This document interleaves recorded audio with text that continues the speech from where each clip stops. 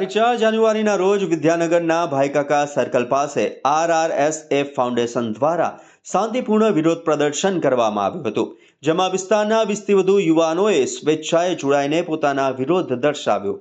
Supreme court દ્વારા અગાઉ public property પર રસ્તે રખડતા શ્વાનને પકડી તેમને શેલ્ટર હોમમાં ધકેલવા અંગે રજૂઆત કરવામાં આવી હતી, જેના ઉપર નજીકના સમયમાં ચુકાદો આવવા જઈ રહ્યો હોય.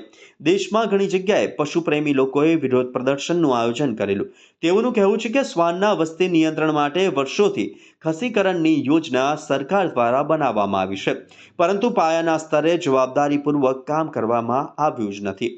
યોજના ફક્ત કાગળમાં રહી ગઈ તેવી પરિસ્થિતિ ઊભી થઈ છે, જેના કારણે શ્વાનની સંખ્યામાં પણ ખૂબ વધારો થયો છે, જે માણસો અને અબોલ જીવ બંને માટે મુશ્કેલીનું કારણ બન્યું છે.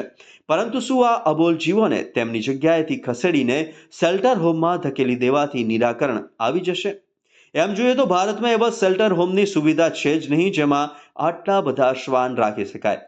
આ સંદર્ભે RRSA ફાઉન્ડેશનના સંસ્થાપક ડોક્ટર ભાવેશે જણાવ્યું હતું કે ઘણી સરકારી હોસ્પિટલોમાં જ્યાં માણસોને જ પૂરતી સુવિધા નથી મળતી અને ઘણીવાર અમાનવીય પરિસ્થિતિમાં રહેવું પડે છે, તેવામાં મૂંગા શ્વાનને સરકારી શેલ્ટર હોમમાં કેવી રીતે રાખવામાં આવશે તે સમજવું મુશ્કેલ છે.